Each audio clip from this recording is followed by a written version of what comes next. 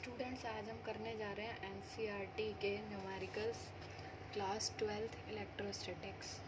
ठीक है, तो इसके अंदर जो है आपका फर्स्ट जो है अनसॉल्व्ड न्यूमेरिकल हम करने जा रहे हैं। बेसिक जो प्रॉब्लम आती है बच्चों को वो इसी के अंदर आती हैं, है ना। तो अब जो फर्स्ट न्यूमेरिकल है वो है आपका कि आपको कैलकुलेट करना है force between two charge spheres, और जो चार्ज आपको गिवन है वो है 2 × 10⁻⁻7 coulomb and 3 × 10⁻⁻7 coulomb, that is place 30 centimetre apart in air. तो कल की क्लास में जैसे कि हमने सीखा था कूलाम्स लॉ के बारे में, कूलाम्स लॉ आपको फोर्स ऑफ अट्रैक्शन या रिपल्शन देता है दो ऑब्जेक्ट्स के बीच में जो कि किसी पर्टिकुलर डिस्टेंस से सेपरेटेड होते हैं।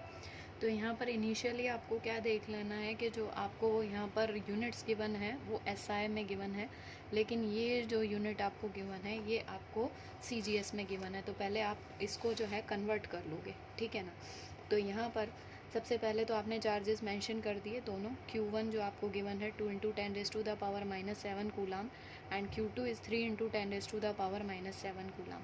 अब ये जो R डिस्टेंस है इसको भी आप कन्वर्ट कर लें तो ये 30 सेंटीमीटर आपके पास आता है 0.30 मीटर के इक्वल। इसे आप 3 × 10⁻⁻2 मीटर भी लिख सकते हो, जैसा भी आपको जो है ठीक लगे आप इसको लिख सकते हो। यहाँ पर आपको फोर्स ऑफ अट्रैक्शन या रिपल्शन जो कैलकुलेट करना होता है उसकी वैल्यू आपके पास होती है K Q1 Q2 upon R²। तो यहाँ पर सारी वैल्यूज़ हमारे पास हैं, जहाँ पर K की वैल्यू कल भी हमने डिस्कस की थी, दैट इज़ 9 × 10⁻9। Q1 आपको गिवन है दैट इज़ 2 × 10⁻⁻7। Q2 आपको गिवन है 3 × 10⁻⁻7 डिवाइडेड बाय 0.30 होल स्क्वायर। तो जब आप इसको सॉल्व करोगे फर्दर तो ये सब सॉल्व होने के बाद ये पावर हो गई 10⁻⁻14, और ये जो पावर है इसका स्क्वायर करने के बाद 10⁻⁻4 आपके पास आता है। तो ये पावर्स को सॉल्व करने के बाद हमारे पास जो आंसर आएगा दैट इज़ 6 × 10⁻³ न्यूटन। ठीक है, अब ये भी बताना होगा आपको कि अट्रैक्टिव फोर्स है या रिपल्सिव फोर्स है, क्योंकि आप देख रहे हो कि यहाँ जो दोनों चार्जेस हैं ये पॉजिटिव हैं, ये भी पॉजिटिव है और ये भी पॉजिटिव है। तो ये दोनों चार्जेस जो हैं वो क्या हैं, लाइक चार्जेस हैं। और आपको कल भी हमने प्रॉपर्टीज़ में डिस्कस किया था, प्रॉपर्टीज़ ऑफ चार्जेस में like charges repel each other but unlike charges attract each other. तो क्योंकि ये लाइक चार्जेस हैं इसलिए एक दूसरे को रिपेल करेंगे। तो ये जो आपको फोर्स मिलेगी ये एक्चुअल में क्या होगी, फोर्स ऑफ रिपल्शन होगा, या फिर आप इसे रिपल्सिव फोर्स भी कह सकते हो, one of the same thing. तो ये आपका हो गया न्यूमेरिकल नंबर 1। क्योंकि आपने कंसेप्ट पढ़ा था इसलिए आप इसको इजीली सॉल्व कर पा रहे हो। क्वेश्चन नंबर 2 जो आपको गिवन है एनसीईआरटी का ही, the question is the electrostatic force on a small sphere of charge. ठीक है, तो electrostatic force on a small sphere of charge आपको गिवन है। ठीक है, तो दो यहाँ पर चार्जेस गिवन है, इसके अंदर कहा है electrostatic force, question is electrostatic force on small sphere. ठीक है, स्मॉल स्फीयर ऑफ चार्ज। एक चार्ज तो आपको गिवन है, Q1 लिख देती हूँ मैं यहाँ पे 0.4 माइक्रो कूलम। ठीक है, to another sphere, to another small sphere, जो दूसरा स्फीयर है स्मॉल स्फीयर। ठीक है, और उसका चार्ज है -0.8 माइक्रो कूलम, और मीडियम क्या है, इन एयर। और जो फोर्स गिवन है, क्योंकि स्टेटमेंट फोर्स से स्टार्ट हुई है, इलेक्ट्रोस्टैटिक फोर्स जो फोर्स है वो है 0.2 न्यूटन। जो पहला क्वेश्चन इसने पूछा है वो है what is the distance between two sphere. सबसे पहले कैलकुलेट करना है डिस्टेंस बिटवीन टू स्फीयर्स। ठीक है, क्योंकि दो स्फीयर्स मेंशन किए हैं, इनके बीच का डिस्टेंस मेंशन नहीं किया है। देखो, मीडियम मेंशन किया है, चार्जेस मेंशन कर दिए, इलेक्ट्रोस्टैटिक फोर्स भी मेंशन कर दिया। दूसरा, what is the force on the second sphere due to first. NCERT के क्वेश्चन आपके कॉम्पिटिटिव एग्जाम्स में भी आते हैं और डायरेक्ट क्वेश्चंस आते हैं, इसलिए आपको इनको सॉल्व करना है और इनकी स्टेटमेंट समझने की ज़रूरत है कि क्वेश्चन में क्या पूछा है। यहाँ पर क्वेश्चन है what is the force on the second sphere due to first, on the second sphere due to first. अब क्वेश्चन को थोड़ा सा कंफ्यूजिंग बनाया गया है, लेकिन इसमें बिल्कुल भी आपको कंफ्यूज नहीं होना है। सबसे पहले तो आप अगेन यहाँ पे जो भी आपको गिवन है उन सबको देख करके हमें सिर्फ एक ही फॉर्मूले की यहाँ पर रिक्वायरमेंट लग रही है डिस्टेंस कैलकुलेट करने के लिए, that is coulombs law. Coulombs law ने फोर्स ऑफ अट्रैक्शन या रिपल्शन का फॉर्मूला क्या दिया है, F इज इक्वल्स टू के Q1 Q2 upon are square. अब हमें क्या चाहिए, ये आर स्क्वायर चाहिए, क्योंकि यही एक डिस्टेंस को रिप्रेजेंट कर रहा है और डिस्टेंस ही हमें कैलकुलेट करना है। फोर्स आपको गिवन है 0.2 न्यूटन, के आपको पता है 9 इंटू 10⁻⁹, Q1 आपको पता है 0.4 माइक्रो कूलम है, इसकी पावर हो जाएगी 10⁻⁻6 इंटू -0.8 है। तो नेगेटिव चार्ज अभी हम ये फोर्स ऑफ अट्रैक्शन या रिपल्शन ही बताता है, तो यहाँ साइन मेंशन करने की आपको ज़रूरत नहीं है। माइक्रो की जगह 10⁻⁻6 डिवाइडेड बाय आर स्क्वायर। ठीक है, come to the next page. यहाँ से हम आर स्क्वायर की वैल्यू कैलकुलेट करने के लिए क्रॉस मल्टीप्लिकेशन करेंगे, जिससे आर स्क्वायर आपके पास लेफ्ट हैंड साइड में आ जाएगा और बाकी सारी वैल्यूज़ राइट हैंड साइड में आ जाएंगी। तो फर्दर इसे सॉल्व करने के बाद बच्चों आपको क्या मिलता है,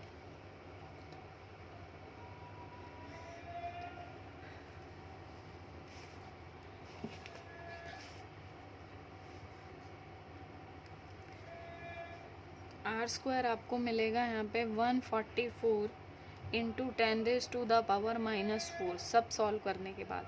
बट हमें तो आर की रिक्वायरमेंट है, तो इसका रूट आप जानते हो 144 का रूट आपके पास 12 आता है और 10⁻⁻4 का रूट आपको 10⁻⁻2 मिलेगा।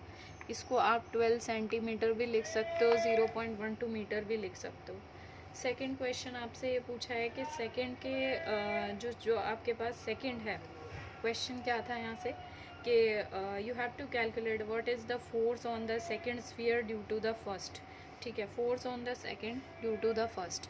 तो सबसे पहले तो आप ये बताओगे कितना फोर्स है यहाँ पे। तो फोर्स को कैसे कैलकुलेट करोगे, जो दोनों चार्जेस हैं वो एक दूसरे को क्या करेंगे, एक क्योंकि पॉजिटिव चार्ज है और दूसरा चार्ज नेगेटिव है, तो ये दोनों कैसे करेंगे, एक दूसरे को अट्रैक्ट करेंगे क्योंकि अनलाइक चार्जेस हैं। तो आपको फोर्स बताना था कि किस तरीके का फोर्स यहाँ पर आपको मिलेगा। तो यहाँ पर जो सेकंड का आपको फोर्स मिल रहा है वो अट्रैक्टिव मिल रहा है। दूसरा, उस फोर्स की अगर वैल्यू पूछी जाए तो फोर्स की वैल्यू ऑलरेडी आपको क्वेश्चन में मेंशन है, दैट इज़ 0.2 न्यूटन। तो जो सेकंड चार्ज है उसने सेकंड चार्ज के लिए स्पेशली पूछा है, सेकंड चार्ज के लिए। तो सेकंड चार्ज जो होगा वो क्या होगा, अट्रैक्ट होगा फर्स्ट चार्ज की तरफ, क्योंकि दोनों पर जो साइन है वो अपोजिट हैं, दोनों अनलाइक चार्जेस हैं। अट्रैक्टिव फोर्स होगा और दोनों के बीच फोर्स हमें ऑलरेडी गिवन है, दैट इज़ 0.2 न्यूटन। तो आपको कंफ्यूज नहीं होना कि इसमें क्या पूछा है या फोर्स हमें गिवन है तो वापस से ये वैल्यू कहाँ से लिख सकते हैं। नहीं, अगर आपसे क्वेश्चन जो पूछा है उसके अलावा फोर्स तो आपको ऑलरेडी गिवन है, तो आप उसकी वैल्यू ही डायरेक्ट यहाँ पे पुट करेंगे और ये बता देंगे वेदर इट इज़ अट्रैक्टिव और रिपल्सिव। चलिए, come to the next question, that is 1.3। ये थोड़ा कंफ्यूजिंग क्वेश्चन रहता है स्टूडेंट्स के लिए। Question is check that the ratio k E square, check करना है आपको, चेक दैट द रेशियो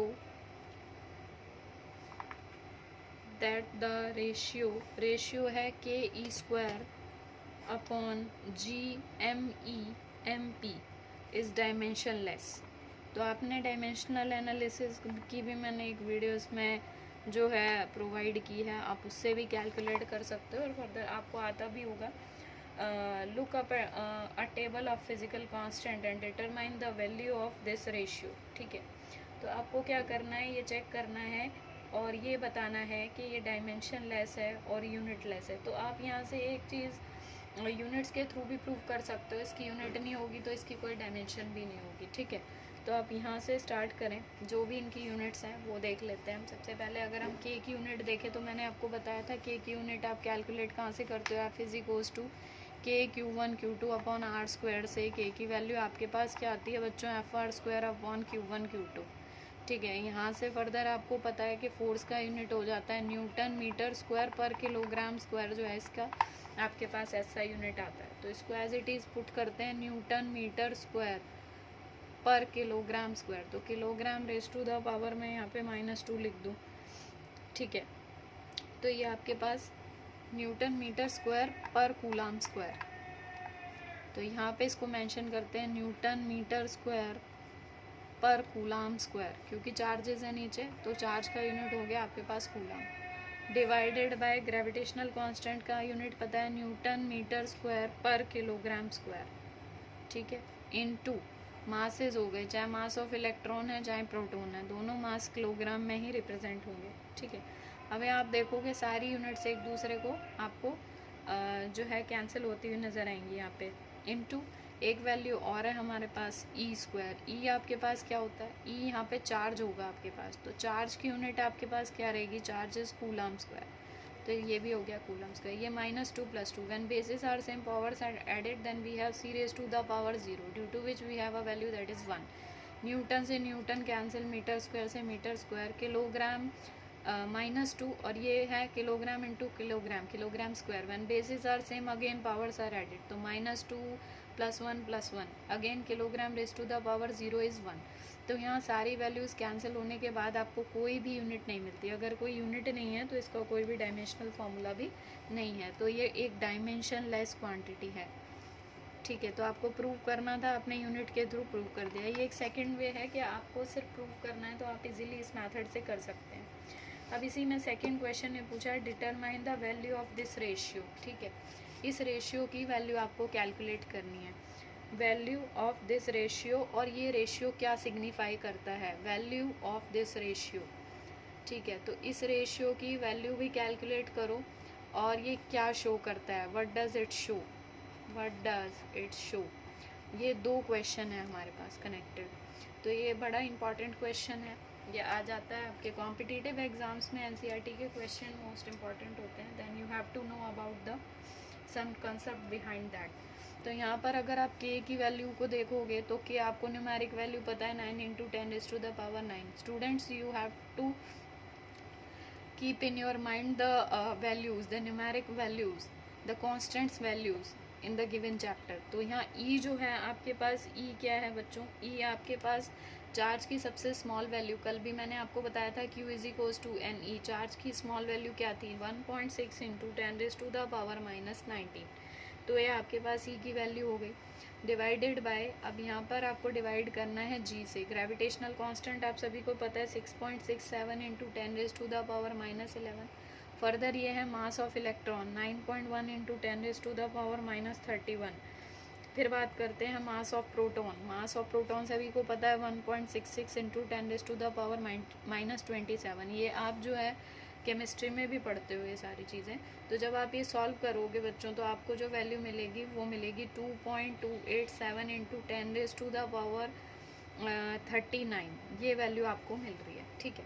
अब ये तो आपने न्यूमेरिक वैल्यू यहाँ पे सॉल्व कर दी, अब ये क्योंकि कांस्टेंट है तो ये डायमेंशन लेस है, नो यूनिट आपने पहले ही मेंशन कर दिया, इसलिए हमने इसके पीछे कोई यूनिट नहीं ली है। अब जो नेक्स्ट क्वेश्चन है उसने कहा है कि ये जो आप रेशियो ले रहे हो, ये रेशियो जो दिख रहा है ऊपर नीचे, ये क्या शो कर रहा है आपको, तो ये शो कर रहा है आपको electrostatic force to the gravitational force, ठीक है। तो यहाँ पर इसको शो कैसे करोगे, electrostatic force to the gravitational force, ये रेशियो शो कर रहा है, अगेन मैं इस रेशियो की वैल्यू लिख देती हूँ,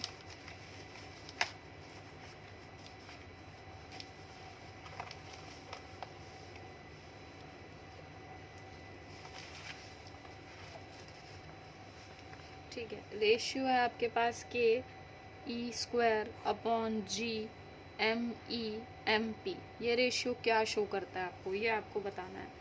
तो ये रेशियो मैंने पहले भी बताया आपको, शो कर रहा है electrostatic force to the gravitational force, electrostatic force to the gravitational force, इसको मैंने FG से लिख दिया, ठीक।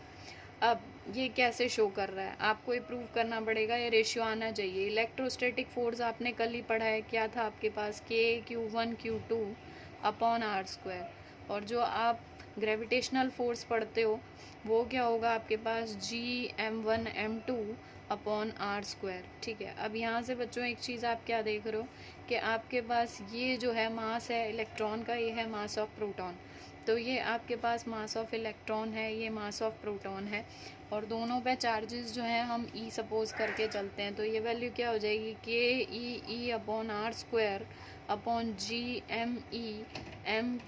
Upon are square. यहाँ से देखो आपका क्या क्या कैंसिल हो जाएगा, आर स्क्वायर से आर स्क्वायर कैंसिल हो जाएगा, तो आपके पास बचता क्या है, के ई square upon G M E M P. ये जो रेशियो है, यानी ये रेशियो कहाँ से आया है, ये इलेक्ट्रोस्टैटिक फोर्स का रेशियो है ग्रेविटेशनल फोर्स के साथ, तो ये हमें ये रिप्रेजेंट करता है। ये डायरेक्ट क्वेश्चंस आ जाते हैं आपके कॉम्पिटिटिव एग्जाम्स में, सीबीएसई बोर्ड में, तो ये इंपॉर्टेंट क्वेश्चन है, you have to know about it. एक जो क्वेश्चन 1.4 का फर्स्ट पार्ट और हम पढ़ लेते हैं। Explain the meaning of the statement that electric charge of a body is quantized. Electric charge is quantized, ये मैंने आपको कल की क्लास में भी एक्सप्लेन किया था, इसलिए मैं ये क्वेश्चन आपको करा रही हूँ। ये क्वांटाइज्ड का मतलब क्या है कि चार्ज आपको क्वांटिनेशन में मिलता है। कल भी हमने बात की थी, जैसे कोई भी पैकेट आप लेते हो, सपोज करो मिल्क का पैकेट आप ले रहे हो, तो वो ½ kg फिक्स है, उसमें से आधा आपको करके नहीं दिया जा सकता, उसके मल्टीपल में मिल सकते हैं, 1 पैकेट 2 पैकेट 3 पैकेट। इसी तरीके से हम कहते हैं कि जो चार्ज है वो क्वांटाइज्ड है। क्वांटाइज्ड का मतलब कि जो चार्ज है वो Q = NE से रिप्रेजेंट हो रहा है, और यहाँ पर E की वैल्यू जो है वो integral multiple of basic charge है। Integral multiple of basic charge, यही एक्सप्लेन कर रहा है। ये फॉर्मूला आपको लिखना पड़ेगा इस क्वेश्चन के आंसर में, of charge, integral multiple of charge. Integral multiple का मतलब यहाँ से ये हो गया बेटा कि n जो है वो 0 ±1 ±2, क्योंकि चार्ज पॉजिटिव नेगेटिव दोनों हो सकता है, ठीक है, +-3 अप टू सोन, कोई भी इंटीग्रल वैल्यू हो सकती है। तो यहाँ तक के क्वेश्चन हमने रिवाइज किए हैं, फर्दर हम अपनी नेक्स्ट क्लास में आगे के क्वेश्चंस को डिस्कस करेंगे। Thank you to all. और अगर आपको कोई भी प्रॉब्लम हो रिलेटेड टू एनसीईआरटी क्वेश्चन, तो आप कमेंट बॉक्स में अपनी प्रॉब्लम्स पूछ सकते हैं। Thank you.